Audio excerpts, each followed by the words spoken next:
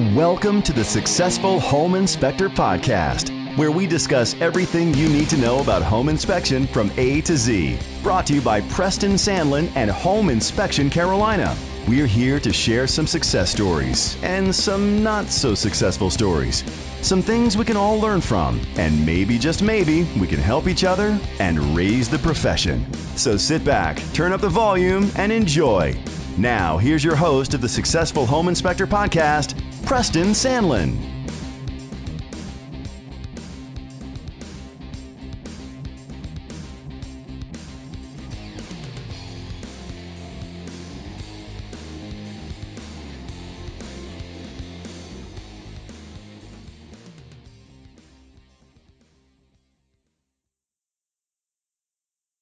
Hey, home inspectors out there, I'm here to bring you a strategy that will increase your business, and it's easy. Go to homeinspectionflyers.com, get you 5 flyers, put your logo, your information, your testimonials in there, send them off to the printing company. Within a week, you get a box full of flyers at your door, ready to go. You've got all your marketing materials for the month. Take out flyer number 1, that whole how many offices you serve.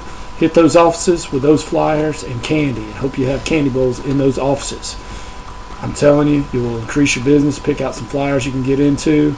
Again, homeinspectionflyers.com. Here's the formula. homeinspectionflyers.com. Get the flyers, fix them up, send them off to get printed. They come to your door. You take them. You get candy. You go to the offices, and you will increase your business. Thanks for listening. Listeners who I'm sure are primarily home inspectors, I have a real treat for you today. I have Brian Hannigan here, who has in the news, if you haven't checked out that website, he's got all kinds of great articles and resources for home inspectors, and we use them in our own inspector meetings and things. But thanks for being with us this evening. How you doing, Brian? I am doing fantastic. Thank you for having me. Well, yeah, it's great to have you, and for all the people who are listening, Brian has been extremely gracious, because it was supposed to have been yesterday and I messed it up, but he rescheduled his time, and I'm very grateful. Well, Brian, tell us a little bit about you. We'd like to get to know you personally. Oh, God, I'd love to. Well, I grew up in the South Orange County, California area, San Clemente to be exact, and now live in Capo Beach, which is just connecting city to it. I have all my family and friends are around, which is very important to me. And let's see, I've been married for just 6 years now. Not that long for people my age, but it's the first marriage for both my wife Susan and I. And, okay. Yeah. Congrats. Do you have any kids yet? No kids, and not traveling down that road. I was starting to say, if you catch me at the right time, you could borrow some of mine. Quite all right. We have a niece and nephew, and that fills any void that we have. I hear you. They've got a great return policy. Have fun with them, return them later. I hear you. Well, my wife and I are both former school teachers, and I thought that was the best form of birth control known, but it didn't work out. My kids are great, except when we do homework. But anyway, well, Brian, not too many of us grew up wanting to be a home inspector. I know I wanted to be a pilot and an artist, and still don't know what I want to be when I grow up. So tell us, how did you get into the home inspection industry? And I know you're sort of a home inspector vendor now, but so how did you get into it? And by the way, what did you want to be when you were a kid? Well, when I was a kid, it was all about animals. Had a love for animals, and still do. So, as a young kid, it would have been going down the veterinarian path there. So that's kind of my earliest memory of what I wanted to do. How I got into the home inspection industry. Well, I was out of a job at the time. I had been working for a manufacturing company, was the director of manufacturing, running several shifts, had 120-plus people under me. But when you manufacture computer printer ribbons and typewriter ribbons, oh boy, that sort of thing doesn't last forever, not like I thought it would. So I actually have a cousin, Brendan Ryan, he's an ASHI member, who is an inspector. And as I was trying to figure out what I was going to do next, gave him a call. Hadn't talked to him for 15 plus years. It was kind of an awkward call to see what this inspection thing was that he was doing. And he told me about it, and Inspection Training Associates, ITA, is very close to where I live, one of the best training schools ever around, and went down there, and I became an inspector. So that's how I first got into it. Awesome. I still have a lot of DVDs from the ITA and a lot of training stuff. Great resources. Oh, absolutely. And I tell you, Kevin O'Malley started and ran the school with Mike Casey, and I never knew that years later I'd actually be partners with them. And a little while ago, I was partnering with them to put on the conferences in Vegas, and we're doing a series back east. So, boy, you just never know where the road's going to take you. I hear you. So, and I don't mean to sidetrack, but I went to the conference last year, but I had a conflict this year. How was the conference? I know that's not on our script, but I'm curious. Well, I tell you what, we actually sold off the conference a couple of years ago to ProLab. Right. And they've been putting it on, and they just had the conference in Vegas. I was out there, and it was actually pretty well attended.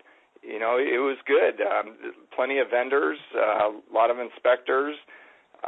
So, me being on the vendor floor as opposed to running it, it was very relaxing for me.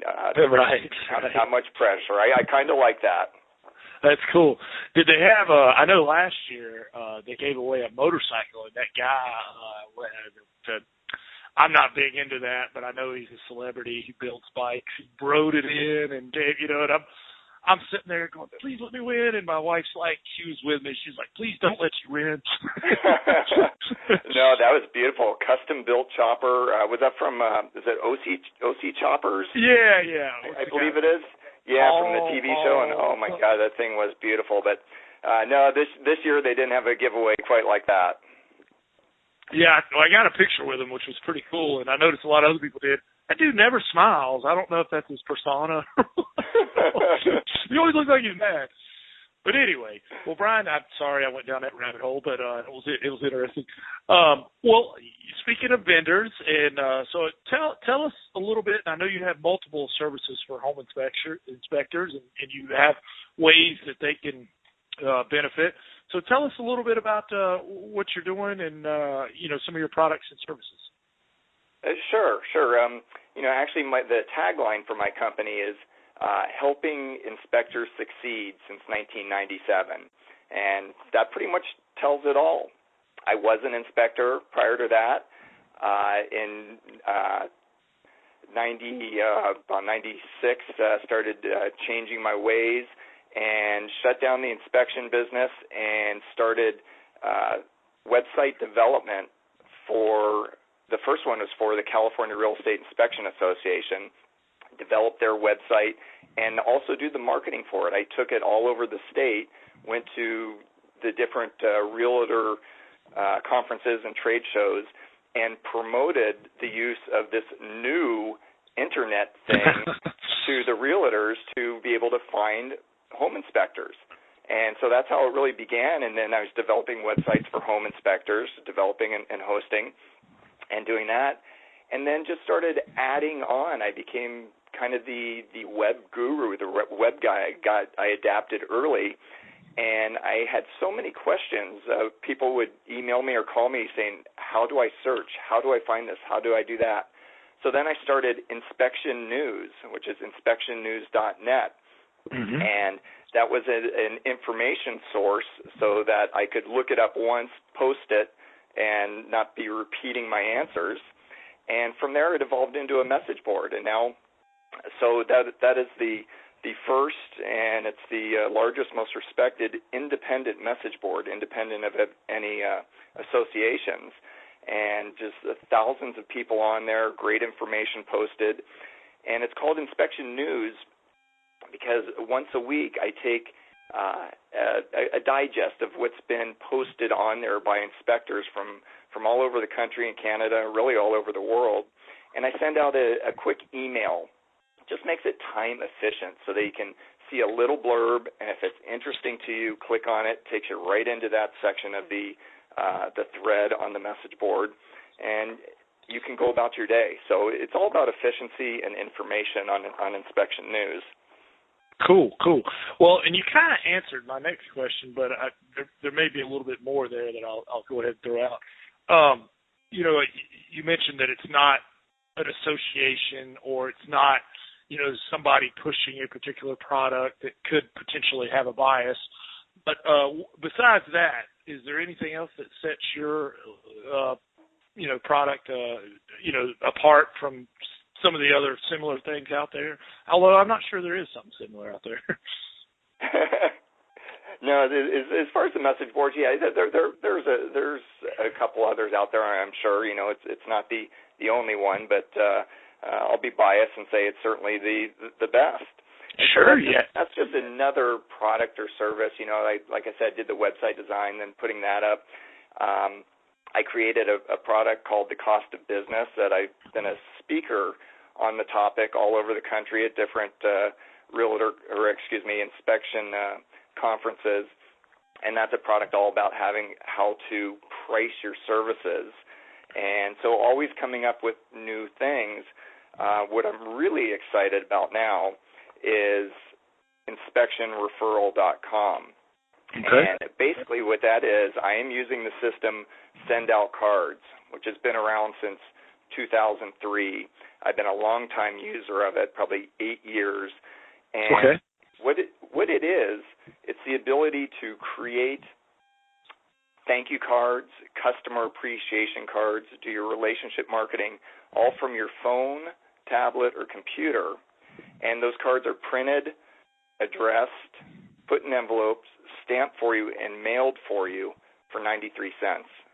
Nice. Plus the cost of stamp. So how can you beat that? Right. You can't buy a card for, there's $3 or $4 in the store. Absolutely. And these you can, snap a picture on your phone of the home that you're inspecting, or the buyers who are going to looking to purchase it, and within under a minute you can create that card on the spot on your phone, click send, and you've mailed a card to them. And all kinds of follow-ups that you can do. It's incredible. So I really feel that one of the lacking areas for home inspectors is in a side of the marketing. Most people are pointed and pushed towards advertising and getting new business. Yet when you speak to any inspector, it's all about referrals. I want the referrals. My referral phone calls are the best ones I'll ever get. But not many inspectors actually have a system to market their referrals, to go back after them. And what it is, it's developing a relationship. It is the relationship marketing, to keep in touch, to follow up, and do that with physical cards. Sure, there's plenty of email systems. There's, probably your report writing system or management system. They have emails that will automatically blast out. But nothing is the same as getting a card in the mail. So that's what I'm excited about, and it's really taking off. Cool. So if I'm a home inspector listening to this podcast, and I'm hearing you for the first time, and I like what you're saying, what was the website again? You can go to inspectionreferral.com. Okay. And is there step for step? Is there tutorials on there, or is Absolutely. I'll tell you what's there. It's just a quick one page, because again, I'm all about efficiency. So It's a quick one page. It has a couple videos on it. One tells you a little bit of why relationship marketing is so important. Another one shows you just quickly, and it is quick, how easy it is to send a card from your phone, right from the app on your phone. And a third is just more about it, because there is so much more than just cards that it does. And then what happens is there's a form you can fill it out, and I will set up a free account for you to send 2 cards. So you can test it out yourself. You can do it for free. So quick, easy, inspectionreferral.com. Go there, see what the service is, and fill out the form, and you'll be able to send a couple free cards. Awesome. And also, I want to back up on, the way I originally found you. Is it inthenews.com, or how did they get to your... inspectionnews.com, inspectionnews.net. Inspectionnews.net. And there are tons of articles that I hadn't been on there in a little bit, but I mean, I'm assuming they're still there. All kinds of informative, educational stuff. Thousands and thousands.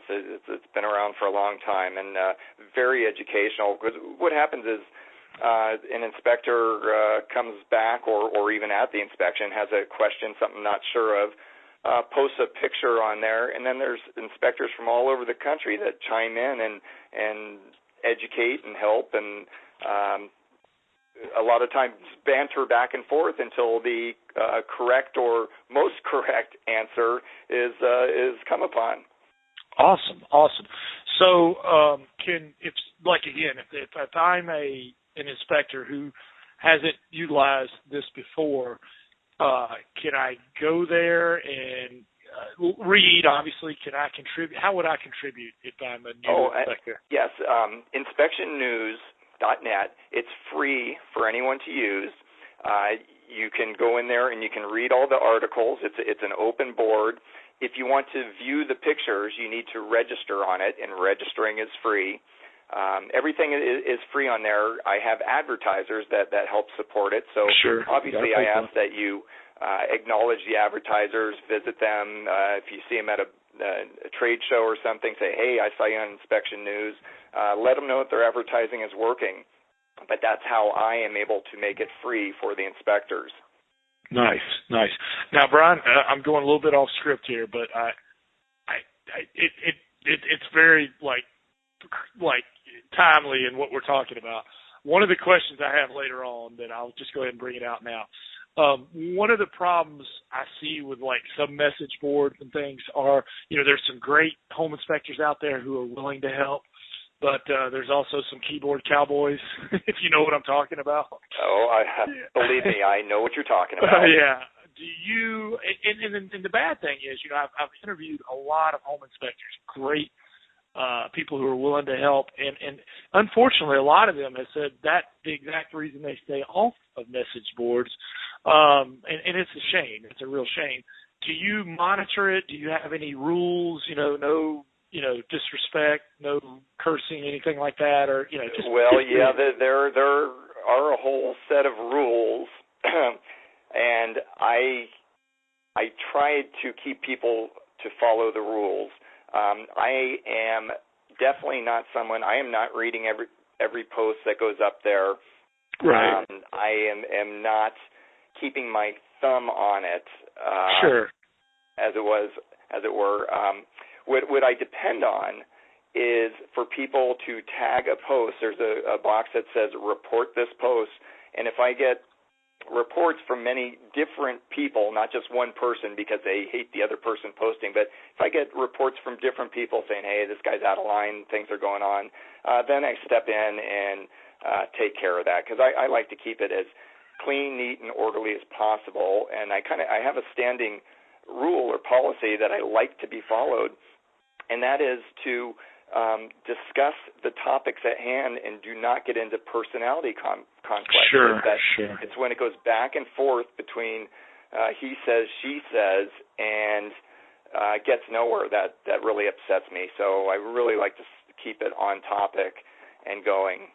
Yeah, or, somebody, you should know that, you're an idiot, blah, blah, blah, blah. It's expected. Yeah, no, it happens. And unfortunately, I have had to kick people off the board before. It doesn't happen often, but when you get a large group that are dissatisfied with the way a person's posting, and I get reports that, hey, I'm leaving the board, this, I'm not going to put up with this, well, I got to step in and do something. Sure, and absolutely. I do when needed.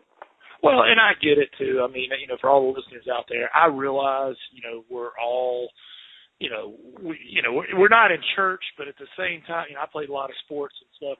I understand locker room, is a locker room, but at the same time, we got to be respectful of each other, and that. Yeah. And occasionally that CD tray or that DV tray in your computer. Sometimes it's used as a beer holder, and you know. There you go.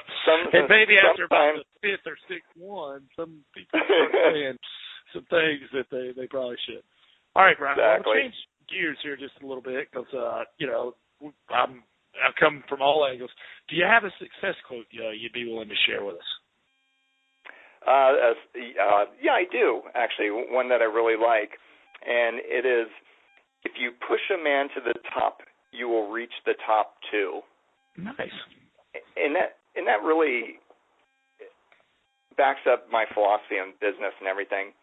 I have never been one to go out there and succeed myself and really achieve for myself. I've always had this belief that if I can help others, if I can help an inspector do his marketing, if I can help inspector do her this or his that, if I can help them, then I succeed too. It all comes around. I believe in the good karma. So it's all about helping others, and it comes back to you. Excellent. Yeah, kind of like giver's gain. Exactly. The BNI philosophy, giver's gain. Absolutely. And, you know, I listen to a lot of marketing stuff, and I'm into a lot of stuff. And one of the marketing things, they started talking about this movie called Super Mesh, which is it's a story about Shep Gordon, who's like this Hollywood manager. It's a fascinating, it's a documentary. Mike Myers actually did it, you know, the Wayne's World. I guess he's his manager. But it's a great documentary. I mean, it's just interesting. And one of the things he talked about was he believes, like, you know, paying it forward basically, and coupons, and you always, you know, kind of do something nice for somebody, and so, you know, I mean, and then people want you to succeed, and when you need a favor back, I mean, you're not keeping score, but if you constantly are doing good and putting good out in the world, people want you to do well as well. I mean, you can't help but do well. So it's a lot like what you're saying. Exactly. Yeah. Well, I'm going to combine these two questions, Brian. Tell us something people don't know about you, and what do you like to do in your spare time? Let's see. Something people don't know about me. It's kind of a tough one. I used to drive big rigs, drive the transporters for race teams, car racing, and then also I was called in to drive them for hydroplane racing. So that was kind of a fun part in my life, traveling the country and driving these just beautiful show trucks. And nice. So that was kind of cool. Was it NASCAR, or was it like Grand Prix? Or no, I was doing a support for Mario Andretti's farewell tour. And wow. Then I was also with the team. They did Formula Atlantic and Sports 2000. And then it was an independent contractor driver for the a company that worked with a lot of the hydroplane teams. Oh, cool. So you had your CDL, your commercial driver's license and everything? Yeah, I sure did. I had a lot of fun with that. Cool. I used to have a commercial driver's license myself. Well, I'm going to ask you to go back to your days when you had an inspection company, Brian, to pull this one out. You know as well as I do, because, you know, our audience is pretty much inspectors. You know as well as I do that if you do enough inspections, you're going to have an unhappy camper. So back when you had your inspection company, how would you handle an unhappy camper? And maybe, you know, like if you had an inspection company today, how would you have it? Would you have a process? What would that look like? Well, I think one of the most important things to do is follow up. As soon as you find out that they're unhappy, rather than hang on, let me kill this other phone call here. Sorry about that. That's all right. Rather than letting it drag out or anything, get in touch with that person as soon as possible. Even though if you cringe about doing it, pick up the phone, get in touch with them, and start the process of resolving it. A lot of times I find just talking to them, it might just be a verbal misunderstanding. It might be something that can be resolved if you get to them quickly. But I think the longer you let it fester by not returning the call or the email or overthinking it, I think that's a problem. So I think just jumping on it as soon as you can is important to do. And the other thing that I have always believed in is it's not about the money. And so in my business, if someone is unhappy and I can't get it resolved, if they want money back, fine. If they want this back, fine. And I don't let it get ugly. After that, I seriously send them a thank you note or some brownies or something like that to keep the relationship going, because it's amazing how things can turn around, and you don't want to burn any bridges. Right. Someone might be unhappy now, but they might be a great referral for you later if you handle it properly. Right. Well, and you don't want them going back, blowing you up in that office, you know. And, oh, yeah. Yeah, and, for sure. You know, we might not agree on this, but, you know, if refunding their money is going to fix that problem, and, you know, and it's going to mean more referrals for you down the road, and I'm with you. I'm totally with you. Yeah, well, yeah, that's really what I believe would be the best way to handle it. Well, Brian, we're going to get into some highs and lows, but first, let's take a pause for our sponsors. Hey, home inspectors out there, I'm going to tell you a creative, inexpensive way to increase your business massively. Go to homeinspectionflyers.com and get the flyers. You get 5 flyers a month. You customize them to yourself. They're turnkey, they're creative, and it's $29 a month for 5 flyers. That's less than $6 a flyer. And they are done by yours truly, Preston Sandlin, and I am a creative guy, especially when I don't take my medication. But I come up with some crazy stuff. It works for my business. I went from 1 inspector to 7 inspectors with this strategy alone. So again, for $29.95, you get 5 flyers. I do 1 per week. I send them off to get copied on the internet. I can get them for about 7 cents a piece, and I put them out in the boxes when I do my candy run. Works fantastic. homeinspectionflyers.com. Thanks. All right. Well, I am here with Brian Hannigan, who has the Inman Inspection News. And what's the name of the other website, Brian? Is Inspection Referral. It's inspectionreferral.com. Cool. Great resources for home inspectors, and he's all about helping home inspectors succeed. Well, Brian, tell us about a time when you failed. Take us there and what you learned from it. Let's see, a time that I failed, that would be in real estate back in the 90s.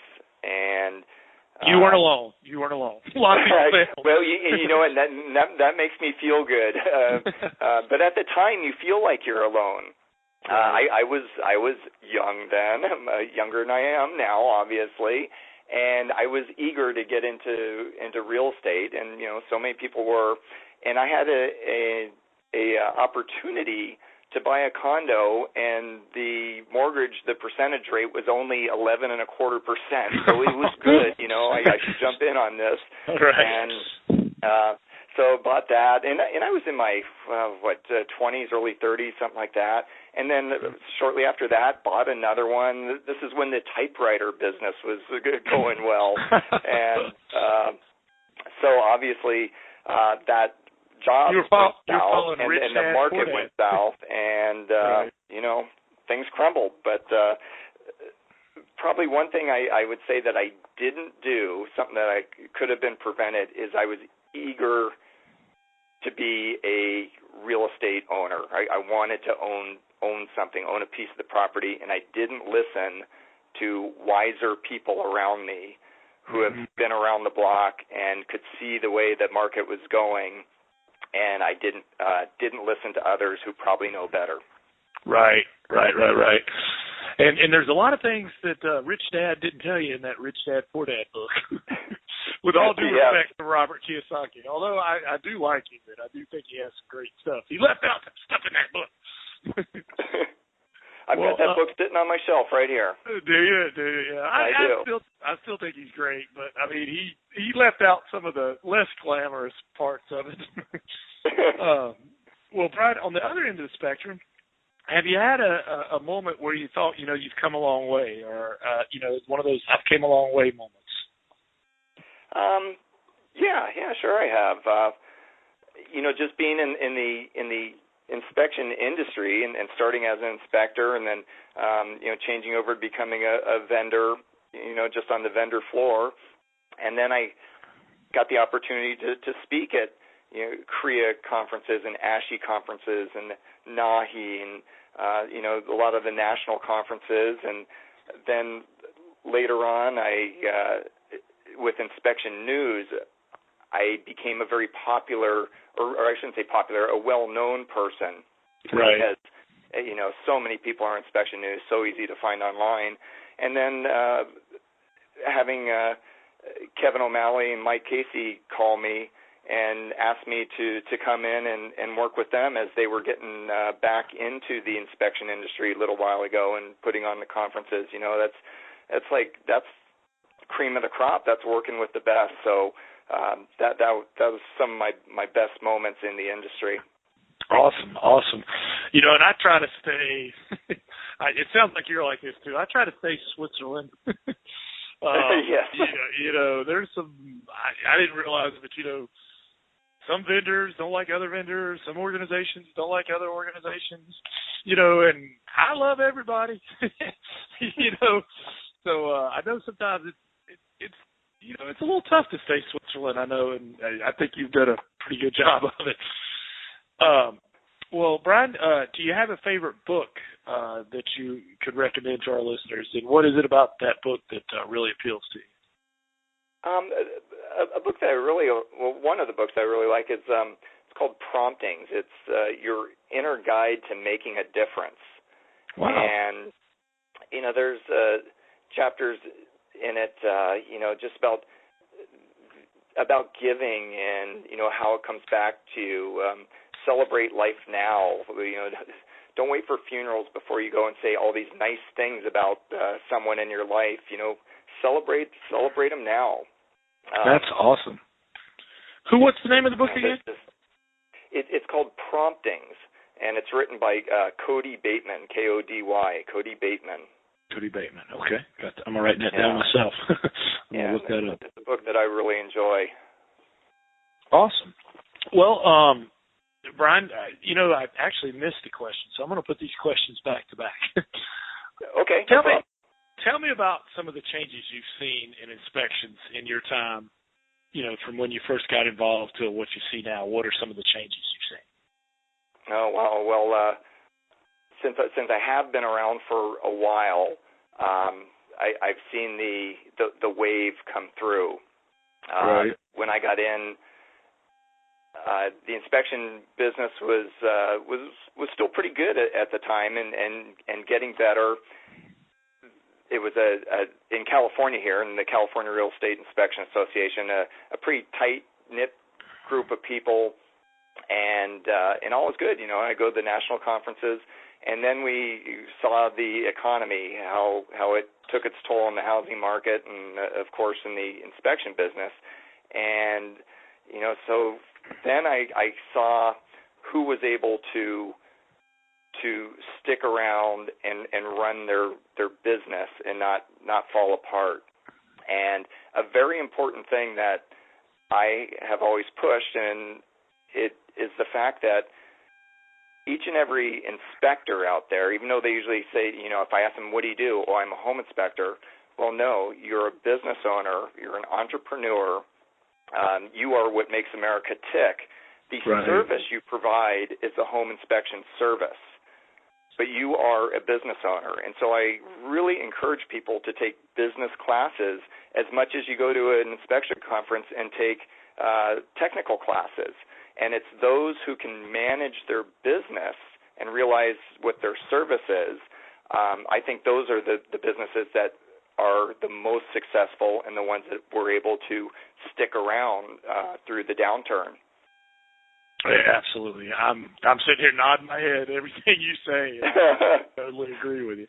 All right, now the follow-up question to that is, and I know you don't have a crystal ball, and I know yesterday was the Back to the Future Day or whatever, and they were showing all these things that actually were true. But if you could predict the future, what, as far as inspections, or you had a crystal ball, what do you think might change about inspections in the future?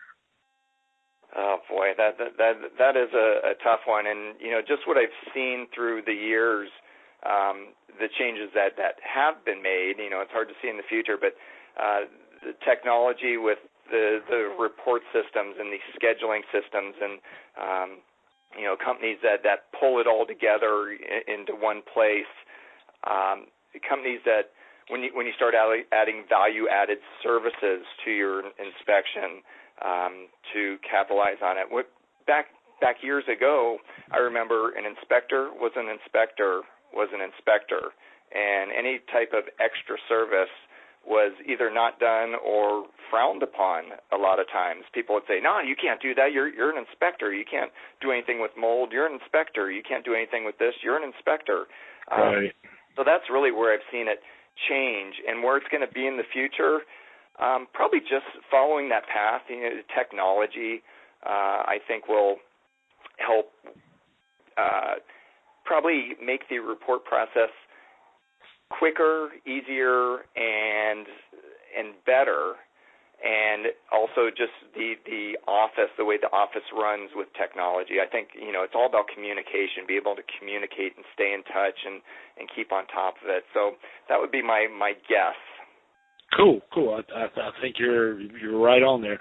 Well, speaking about the future, this is a good time to this question.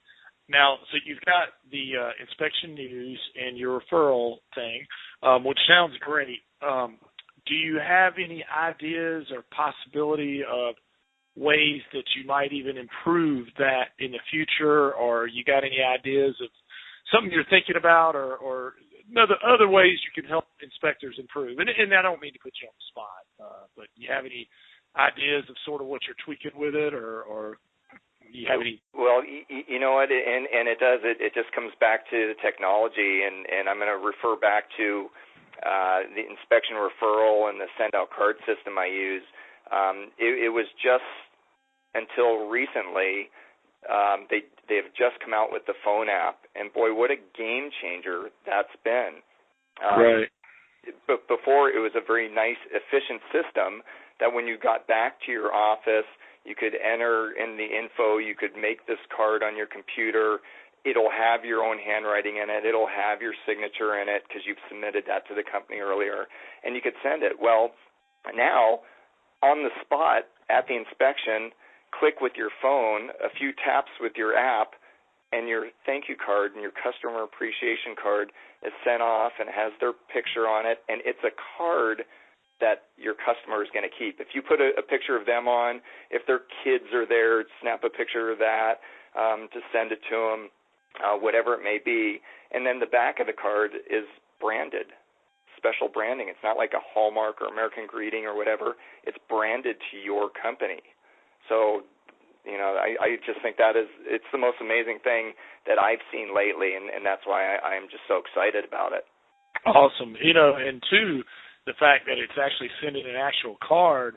I've read all kinds of stuff lately where, people are overrun with emails and, that electronic stuff. So actually getting a real card means so much more now than maybe it did years ago. I've got a great cartoon for a belated birthday card that I sent out.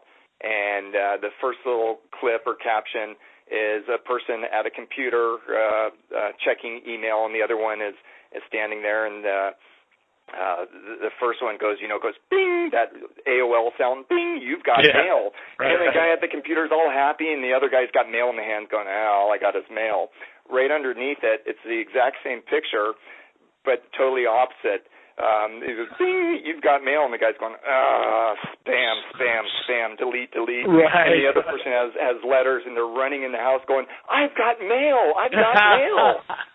And that's exactly what it is. It's that much more important these days because all there are bills and junk mail in your mailbox. And now to receive that special letter, a letter in an envelope that you open up, I've had people text me before that I send letters to, birthday cards, and this one friend, this lady recently, she sent me a text from her mailbox and said, I'm so excited I got your card. I haven't opened it yet, but you always send the best cards. And of course, when she opened it, it was a picture of her and her grandkids that I took off Facebook. I did a quick save on Facebook, sent her a card, her birthday card, and that card will be on their shelf forever. And it is all about building relationships, whether it's personal relationships or business relationships. That is what will make your business succeed. I'm going to your website as soon as we get off this call. I'll check it out. Well, shifting back, put your inspector hat on here, Brian, because sure. who our listeners are. When you were a home inspector, I know the answer to this question. It's like a lawyer, don't ask for you know the answer. Have you ever been thrown under the bus by a contractor? I know that I have. You have any thoughts on this? I mean, I always say, do you think it can be prevented? I don't think it can be prevented, but, do you have any ideas of how to control it or contain it or, how to react to it or combat it? How to do it? Well, luckily when I was in the inspection business, I wasn't there long enough to be thrown under the bus. Whew, that's a good thing. But, on inspection news, I read about it, plenty often. That's a topic that comes up all the time. And I think you're asking, the reason for it is one of your questions, I believe. And I think it's a lack of understanding on the contractor's part of what an inspector is, what they do, and the standards that they usually work by. It's also that need to be right. They can come out to the site and, hey, the inspector's not there. I can look good, I can puff up my chest, I can be better than they are, and basically throw the inspector under the bus at that point. Right. Oh, I know. I don't know how many, and I'm sure all the inspectors listening have fielded that call. Well, my contractor said that the inspector should have come. Oh, you're just like, really? It's awful, and a way to help control that. And I think it's probably something most inspectors already know, but to really emphasize to your client, the realtor, down the line that, okay, there might be a deficiency, whatever it may be, an issue that you're going to recommend a contractor come out and take a look at, or recommend that you get one. But make sure that contractor puts it in writing. Whatever their recommendation may be, even if they're going to throw the inspector under the bus, I want to see that in writing. Because if it's just a verbal and say, someone calls you back and says, well, the contractor said this. Well, do you have that in writing? No. Right. It doesn't fly. It doesn't go anywhere. Say, until that contractor will put his name on it and put it in writing, which then he is taking liability for it as well. Right. That is how to handle that issue. I like that. That's good. And, another thing that kind of fuels this are some popular TV shows. I won't say any names because I don't want any of us to get sued. Oh, yeah. But what happens. They rip open a wall and, well, that inspector missed it. Well, yeah, I mean, when you rip open the wall, but, when we were there was a wall there. And we can't rip open the wall, to see that leaky faucet. Now we got to remodel the whole kitchen. But anyway, I've heard that could be a remodeling show, not necessarily an inspection show. Could be. And it's disguised as an inspection show. But anyway, moving right along. Another thing that bothers me, Brian, is that, contractors that use fear to sell things. And I know, and I'm sure I'll get some ugly emails on this, but, sometimes HVAC guys, but the number one culprit on this sometimes is mold remediation. Not all mold remediation guys out there. I'm not calling all mold remediation, but there's some in our area that use fear to sell. And I got nothing wrong with people being an entrepreneur or selling, but I do have a problem when somebody uses fear to sell something to somebody they don't need. And they're using fear. Basically, any house they come out, oh, you got toxic mold, well, do what you want to do, but if you're coughing or then you planted the seed that now, what's your thoughts on that? I don't really know what I'm asking, just kind of your thoughts. Yeah, well, I kind of do. My thought on that is it's a short-term business mentality. That's somebody going out, putting the fear in, trying to get that job right away so they can get money right away, rather than going out and providing a service to someone, rather than pushing them up the hill so you succeed as well, as we talked about before. Right. It comes down to business and personal ethics. What is it you're trying to do? Are you trying to put a meal on the table for a night, or are you trying to run a long-term business? Again, back to good karma, good business practices, being a business person that provides a service rather than just being, quote-unquote, a tradesman going out there, knocking it out for the day and collecting a check. Right. So right. I think there really is a big separation between the professional running the business and somebody going out there and just doing a job and getting money. I hear you. Well, now, Brian, keep in mind this is a G-rated show according to iTunes when you answer this question. I'm going to ask, either that you found or that you've seen on message boards, what is the wildest or craziest or weirdest thing that you've heard of being found on a home inspection? Oh, yeah. Well, luckily it's not me who've run into things like this, but I don't know, probably when I read things that, I was inspecting a home, supposed to be a vacant home, and I walk in the bedroom, and there are the teenagers having sex there. Oh, my goodness. Or something like that. Or, I hear, quite often, I went up the attic, and the grow lights in the pot were up there, and, this and that. So, boy, with so many inspections being done across the country, you're bound to run into some odd or funny or strange situations, that's for sure. Yeah, this was actually on, I've seen it going around. There was a real estate agent, I think it's New Jersey or New York, that, I think it was his listing, but his clients didn't live there, and they were out of town, and I think he was using it as his conjugal visit place with some person, I think another real estate agent who wasn't his wife, and I think these people had some sort of nanny cam or something. Anyway, they busted them, and they're suing them, and it's ugly, because I think they were both married to other people. I'm sure that's a mess there. And not because of that. Well, I had a meeting with my guys, and I'm like, look, no matter what you do in a house, just you could be on camera at any time. So, don't, scratch any place inappropriate or anything. Because, and that's a very good point. I mean, as it becomes more and more popular to have a in-home security camera, and as they become smaller and easier to hide, there's a very good chance that you're being caught on film. I know if I were to have somebody that I didn't know come in and go through the house, my cameras would be on. I check that tape later, or check that tape tells you my age. Check that tape later. Well, and I think some sellers may do it because, as people are looking at the house, they want to hear the feedback. Sure, that's a good point. So actually, when we were buying a house, I told all my kids that don't touch anything, and I told my wife, be careful what you say because we could be being, because she's like, I don't like this color, I don't like that place. Who would pick this? And I'm like, honey, shut up. And definitely don't say, I love this. I would pay any amount for this place. Oh yeah. Yeah, bad things to say. Yeah, don't say anything. We'll talk in the car.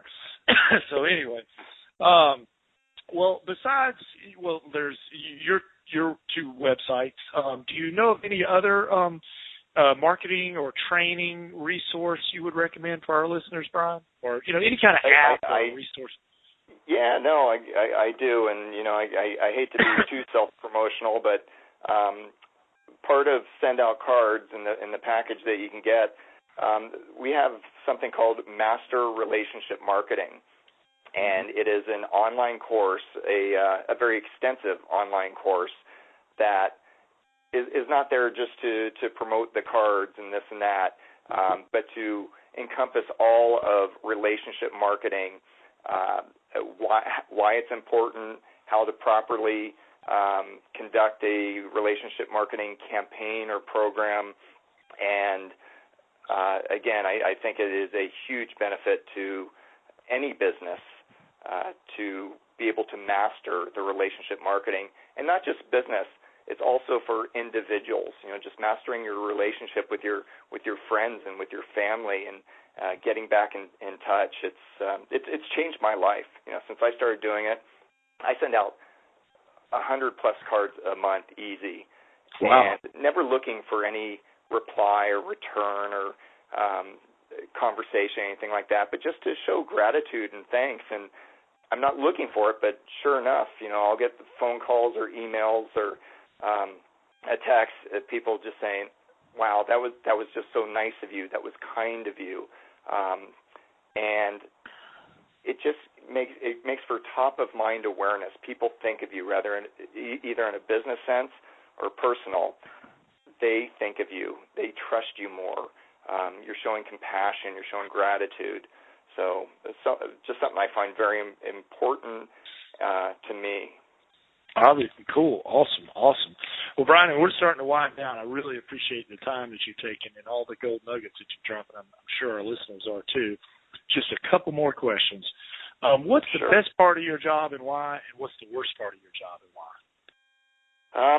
The best part, it's probably the tagline for my business: helping inspectors succeed.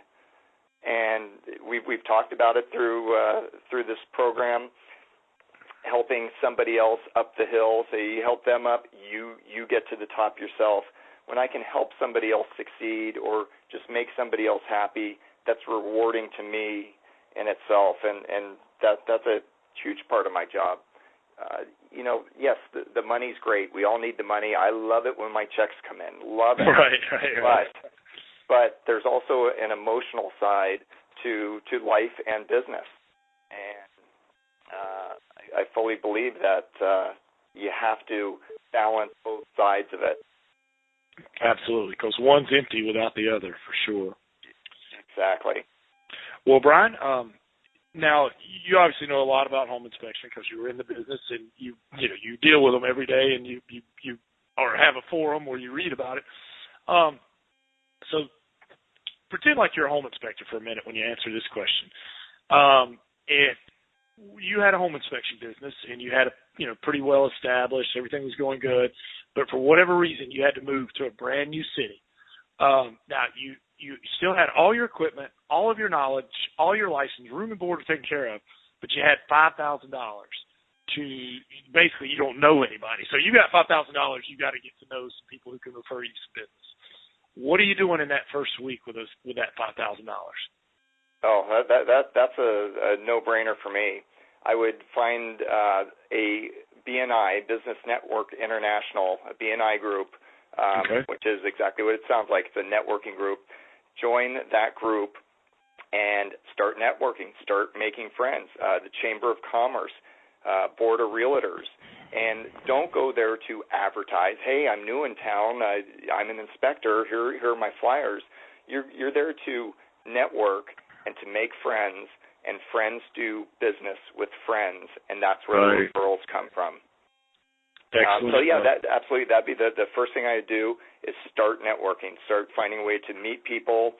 I'm sure you have some ads here or there, but the way I go about it is getting the personal referrals that make such a difference, and you get those by networking, making friends. And again, it comes back down to the cards, customer appreciation, thank you cards. Every time you meet somebody, get your phone out, tap that app, thank you card with your writing and signature goes out to them. So that's pretty strong. You'll make a friend very quickly. I'm gonna have to start doing that. I don't do that, and I need to. I can help you with that. I'm going to your website as soon as I get off the thing here. Well, Brian, is there anything that I should have asked you that I did? I don't know, and I just want to warn you that if all of a sudden I drop out, my phone might be going dead. So just to let you know. Let's see, anything you didn't ask me? No. There really isn't. You've come up with some great questions, and but there's something I'd like to ask you. Okay, all right. And I know I've followed you on Facebook. I've been a stalker of yours. I know you are an amazing artist. Oh, thanks. You need to keep following that passion and going, but also you are a master at branding yourself with your pants, with your clothes. Right. And that is a brilliant marketing technique, and you're branding yourself, not just a business, but yourself. And so you are well known in your community. I know you must be. You get out there and do it. So the question is, what started that? How did that come about? Just trying to figure a way to stand out. I saw this guy wearing these golf pants one time, and I just saw it, and I had to do a speaking thing like a couple of days after that. So I was like, I need some crazy pants like that, just like, like Rodney Dangerfield and, Caddyshack. And I said, so I started with that, and of course my wife thought I was crazy. I mean, they were $100. Sure. And I'm a guy who, $30 is probably about tops I paid for britches. And I wore them. She thought I was nuts, and I got a good response from it. And so then she's like, you need to buy more, So, I kind of think it's, why do the wrestlers wear the flamboyant things? And, why does Kiss, like Gene Simmons, wear the face makeup?